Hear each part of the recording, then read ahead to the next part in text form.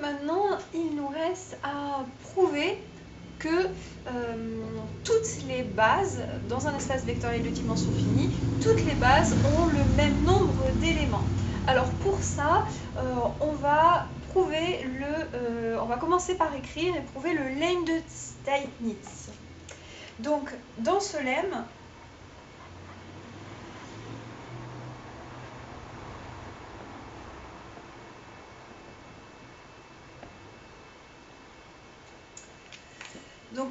l'énoncé du lemme est le suivant, donc soit grand E un K espace vectoriel de dimension finie, c'est-à-dire grand E admet une famille génératrice finie,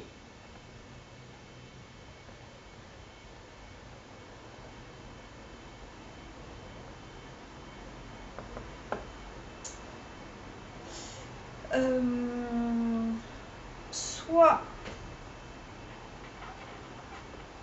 grand F un sous-espace vectoriel non nul de grand E, non nul, c'est-à-dire non réduit à 0, si F, donc F étant un sous-espace vectoriel de E, c'est lui-même un K-espace vectoriel. Donc si F admet une famille génératrice à n éléments,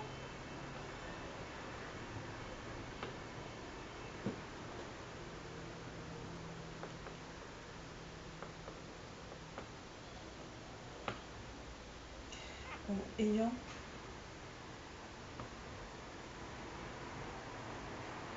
n éléments, avec n un antinaturel non nul, alors, dès que je prends une famille de grand F qui a au moins n plus 1 éléments, ça sera une famille liée. Toute famille de grand F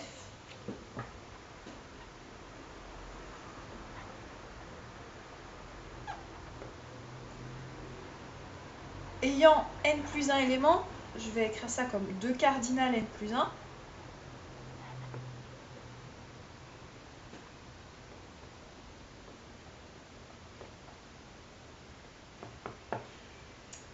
est lié.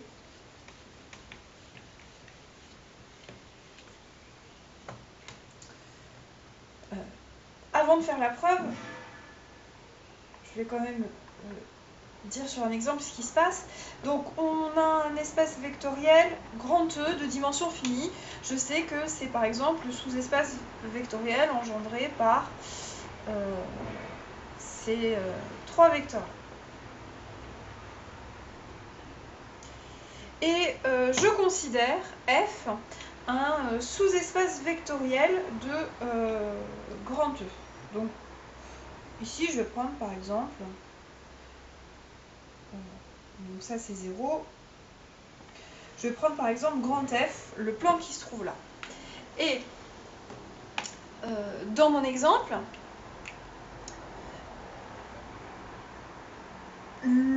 grand F est engendré par exemple par les x1, x2 qui sont là, qui engendrent le plan grand F. Donc ici dans mon exemple, F est le sous-espace vectoriel engendré par les deux vecteurs ici x1 et x2. Et si je considère une famille de vecteurs de F qui a plus d'éléments que la famille génératrice, donc si je considère 3 vecteurs de grand F, donc ici, peu importe, je prends 3 vecteurs de grand F, voilà. Alors, forcément, ces 3 vecteurs forment une famille liée. Alors sur le dessin, dans ce cas-là, dans R3, on voit bien que dès qu'on va prendre 3 vecteurs ici de grand F, ils vont forcément former une famille liée. Je vais forcément pouvoir exprimer l'un comme combinaison linéaire des deux autres, quels que soient les 3 vecteurs que je prends. Et c'est cette idée-là qu'on va généraliser maintenant dans le Lane de Steipnitz. Alors pour prouver ce Lane de Steipnitz,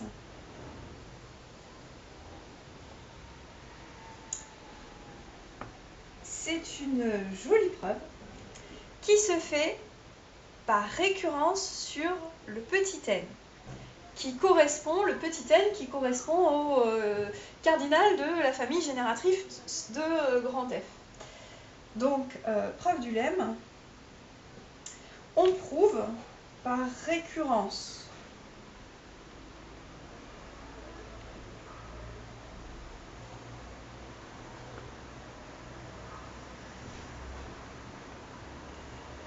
sur la valeur de petit n.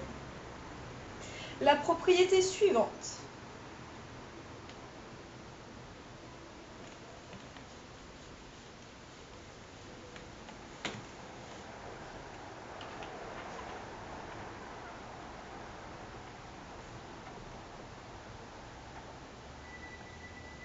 Que j'appelle donc P de n.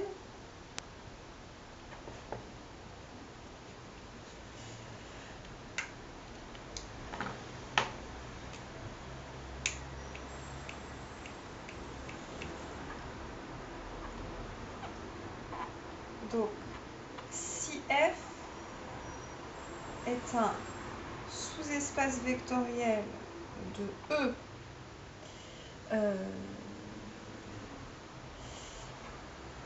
ayant une famille génératrice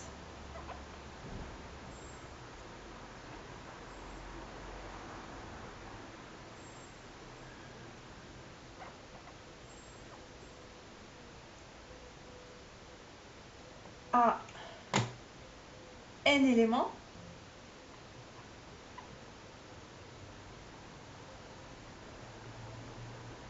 alors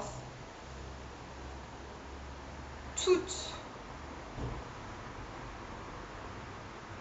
famille de grand F ayant en fait strictement plus d'éléments que le cardinal qui se trouve là est une famille liée. Alors toute famille de grand F avec n plus 1 éléments est une famille liée. Et en fait, à partir du moment où je prouve ça, si j'ai prouvé que toute famille de grand F avec n plus 1 élément est une famille liée, forcément toute famille de grand F qui aura plus encore que n plus 1 élément contiendra une famille qui a n plus 1 élément qui est liée, et donc toute surfamille d'une famille liée est une famille liée.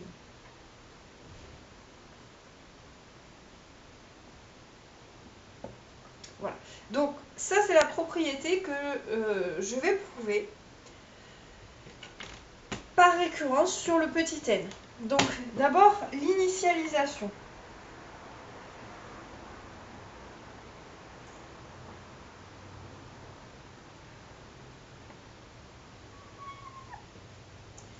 Donc on commence à n égale à 1. Ça veut dire que dans ce cas-là, F est un sous-espace vectoriel de E ayant une famille génératrice à un seul élément. Du coup, dans ce cas-là, c'est le sous-espace vectoriel engendré par un seul élément, où X est un élément de E. Au passage, le X qui est là, il est forcément non nul, parce que sinon, F, ce serait l'ensemble des combinaisons linéaires de 0, bah, ce serait, F serait réduit à 0, on avait supposé que F, il était non nul. Donc au passage, le X, ici, il est forcément non nul. Donc ça, en fait, ça représente ce qu'on appelle une droite vectorielle. C'est l'ensemble des éléments de la forme lambda fois x, où lambda appartient à k. Et donc, ce que je veux montrer, c'est que si je prends une famille d'éléments de F qui a 2 éléments, alors la famille est liée. Et ici, vous voyez que si je prends 2 éléments dans F, il y en a un qui sera de la forme lambda 1x et l'autre qui sera de la forme lambda 2x, ben, ils forment forcément une famille liée.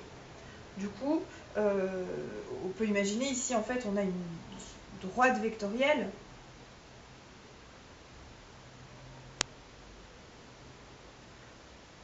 tous les éléments de F sont les vecteurs qui sont collinaires à x.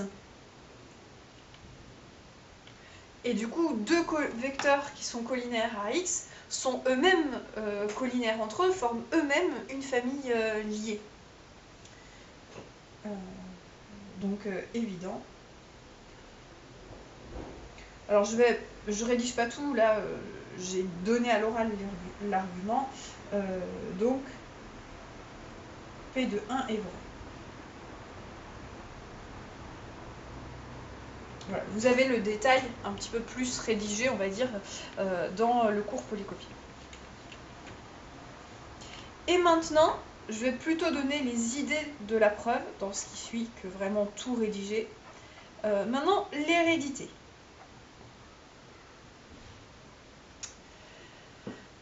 Donc, je vais supposer que P de n est vrai pour une certaine valeur de n.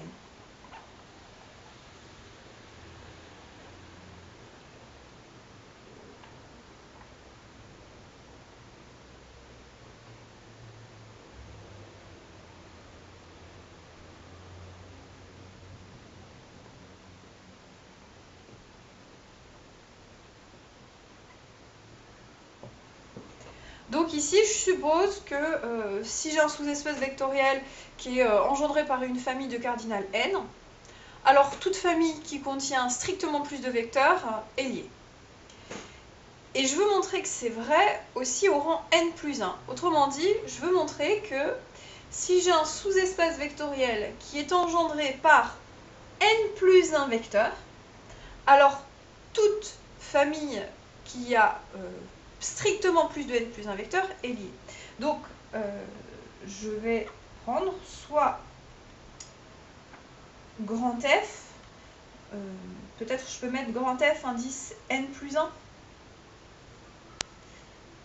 un sous-espace vectoriel de grand E engendré par n plus 1 vecteur. Donc, je vais dire engendré par une famille de 1 plus 1 vecteur que je vais appeler G1, G2, jusqu'à G n plus 1.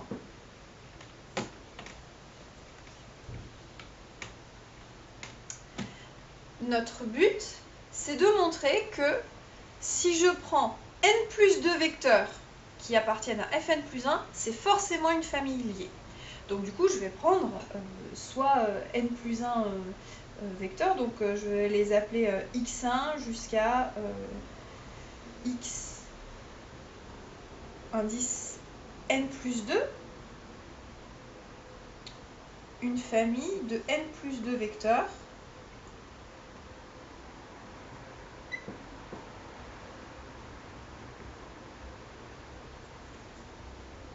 de f indice n plus 1.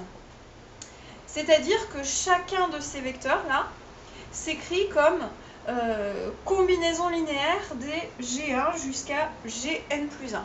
Et le but, c'est de montrer que cette famille-là est une famille liée. Alors, comme chacun des vecteurs là s'écrit comme combinaison linéaire des G1, G2 jusqu'à Gn plus 1, on va écrire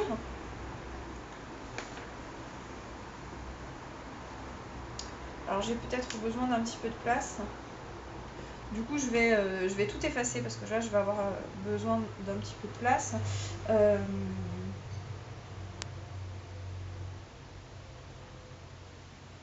On écrit 2 points.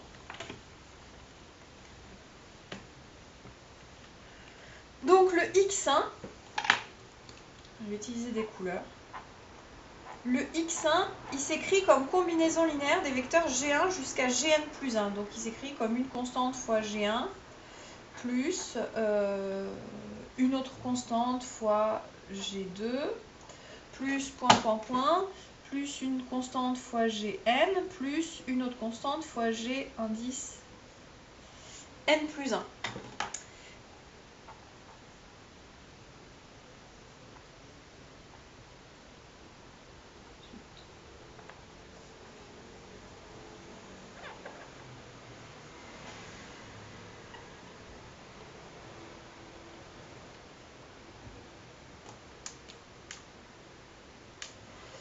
Je fais pareil pour... Et puis là, je vais leur donner des noms aux constantes. Je fais pareil pour x2. Je l'écris comme combinaison linéaire des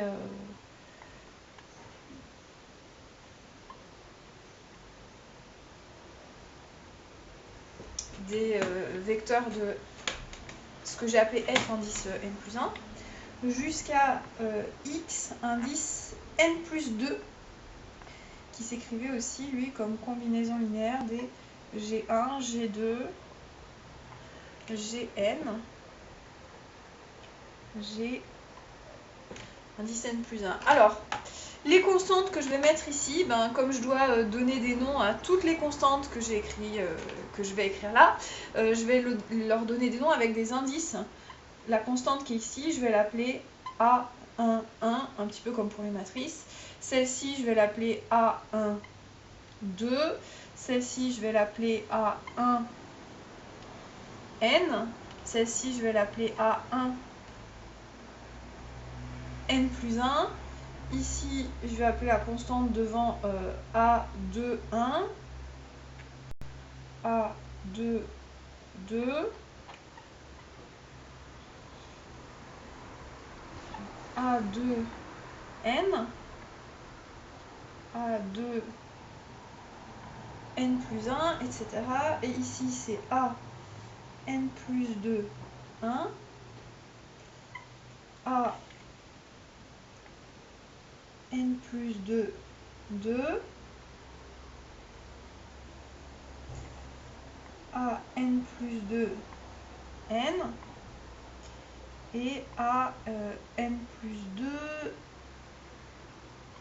N plus 1. Voilà. Là, les indices, là, c'était juste que j'avais besoin d'autant de constantes. Et donc, je voulais écrire ces constantes. Ou...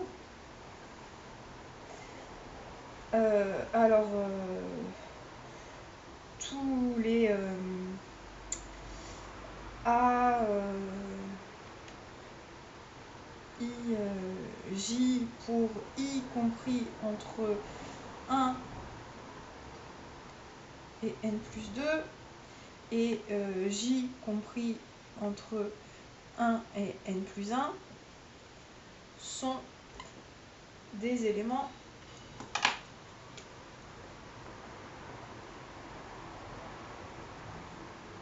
de K.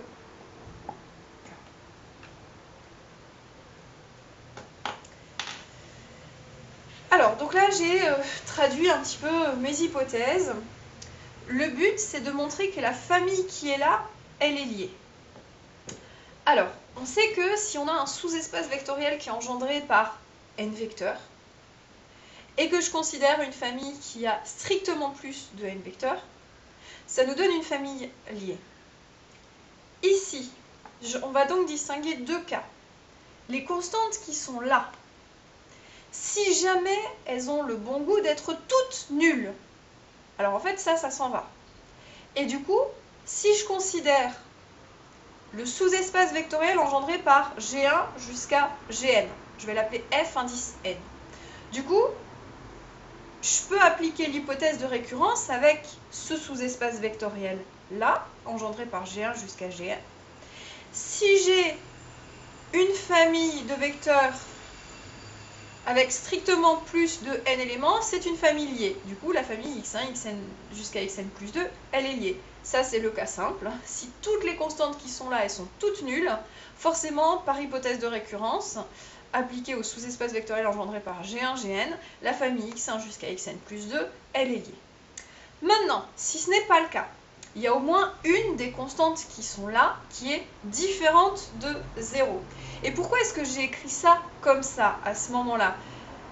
Ça ressemble un petit peu comme ce qu'on faisait au moment des systèmes linéaires. Sauf que ici, attention, c'est pour ça que j'ai mis des couleurs rouges. Ce que j'ai écrit en rouge, ce sont des vecteurs eux-mêmes. Donc ça peut être des polynômes, ça peut être eux-mêmes des éléments de 4 puissance n. Donc c'est pas du tout le cadre des systèmes linéaires comme on les a résolus, ou avec ici c'était juste des complexes ou des réels.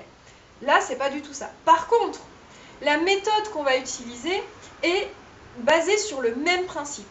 À partir du moment où ici, j'ai une des constantes qui est différente de 0, qu'est-ce que je vais faire? Un petit peu comme la méthode du pivot de Gauss-Jordan.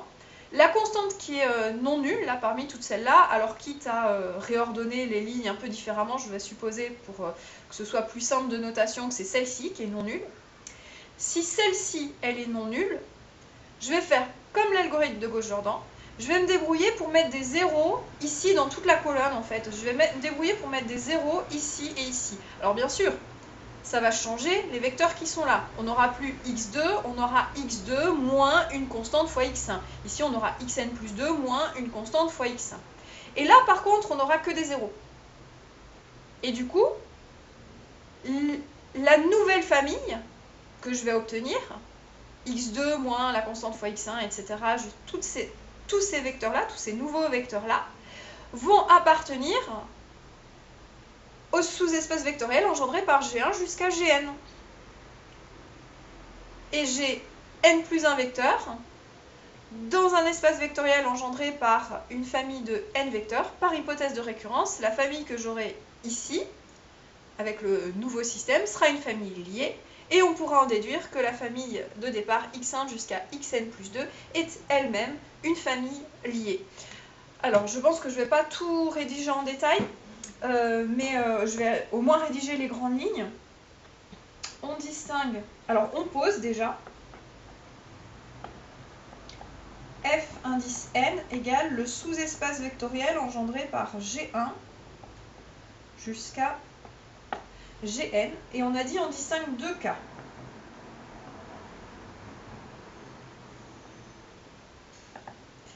Donc, premier cas,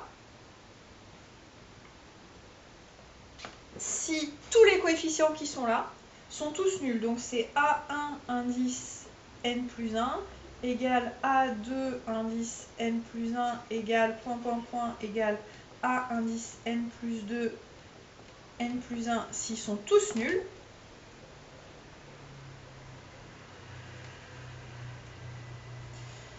alors je vais continuer. Je pense que c'est bien de garder, ça va m'aider de garder le système posé comme ça, enfin écrit comme ça, donc je vais continuer en effaçant à partir d'ici, mais bien sûr vous réécrivez pas tout ça sur votre cahier. Donc, si tous les coefficients qui sont là sont tous nuls, alors x1 jusqu'à x indice n plus 2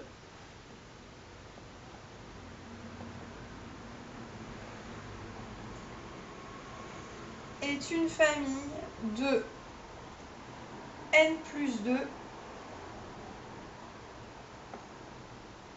vecteurs de Fn.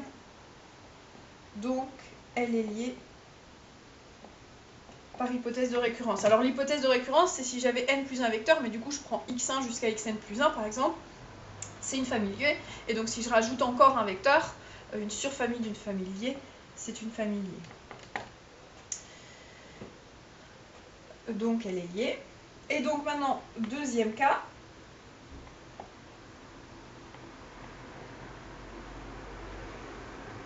On suppose que l'une au moins des constantes qui est là est non nulle.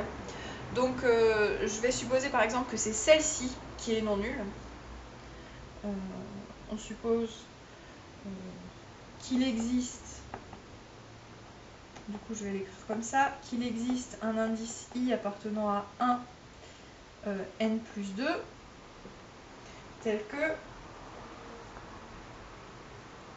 a indice i virgule n plus 1 est différent de 0. Pour alléger les notations, on considère le cas où c'est celui-là qui est différent de 0.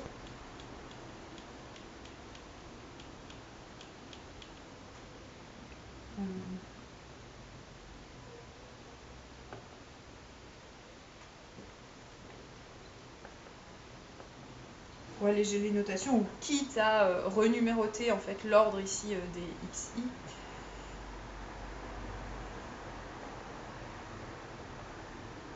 On suppose que c'est A1 n plus 1 qui est différent de 0.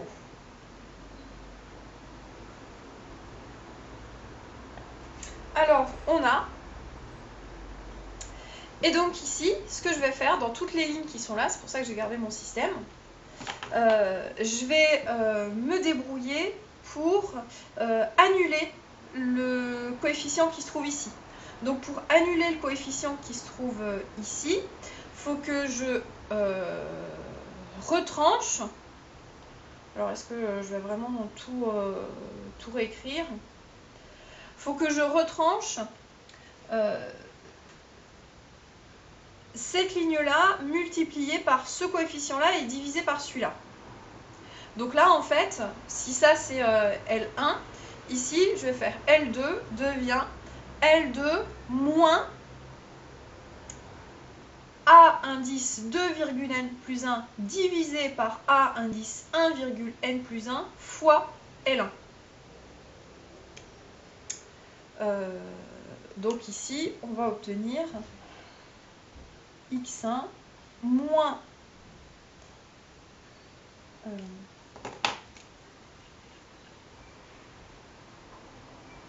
A indice 2,n plus 1 divisé par A indice 1 n plus 1 fois, donc pardon, c'était x2 moins ça fois x1 qui est égal à, et là les coefficients devant G1, G2 jusqu'à Gn, ils vont changer, mais en fait ce sera toujours une combinaison linéaire de G1, Gn. Donc je vais l'appeler, je vais les appeler A', si vous voulez. 1, donc A', 2, 1, G1, plus, plus A', 2, N, Gn. Et par contre, là, je me suis arrangé pour que le coefficient devant Gn plus 1, ce soit 0. Etc.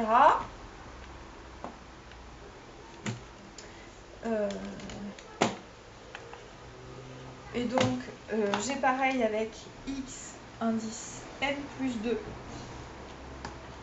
moins a indice n plus 2, n plus 1 sur a indice 1, n plus 1 fois x1 qui est égal à, j'ai des nouveaux coefficients,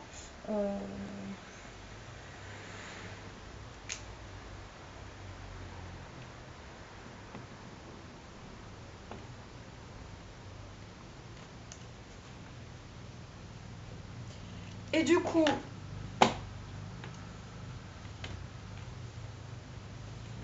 donc ça, cette fois-ci, vous pouvez le réécrire, où les A', I, J, donc I compris entre 2 et n plus 2, et J compris entre 1 et n, sont des éléments de K.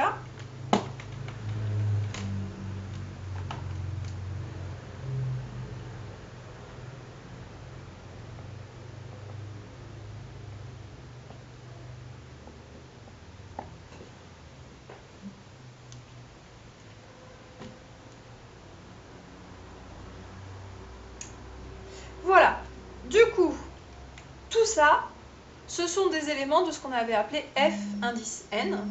Du coup, la famille de ces vecteurs-là est une famille liée. Donc, la famille x2 moins a2n plus 1 sur a1n plus 1 x1, etc. xn plus 1 moins an plus 2n plus 1 sur a1 n plus 1 x1 est une famille de n plus 1 vecteurs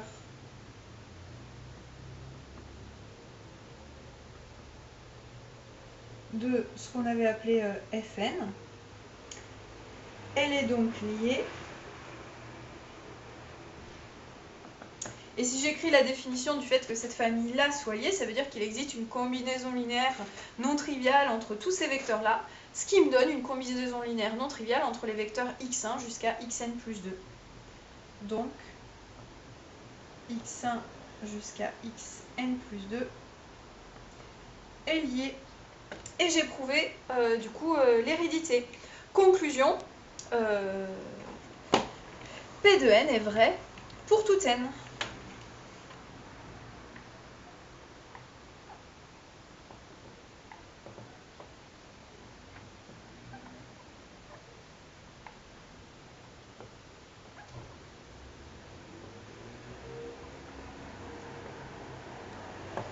Voilà. Et à partir du même de Leibniz, maintenant on a fait le plus dur en fait. À partir de là, on va pouvoir prouver que toutes les bases, dans un espace vectoriel de dimension finie, toutes les bases ont même cardinal, même nombre d'éléments.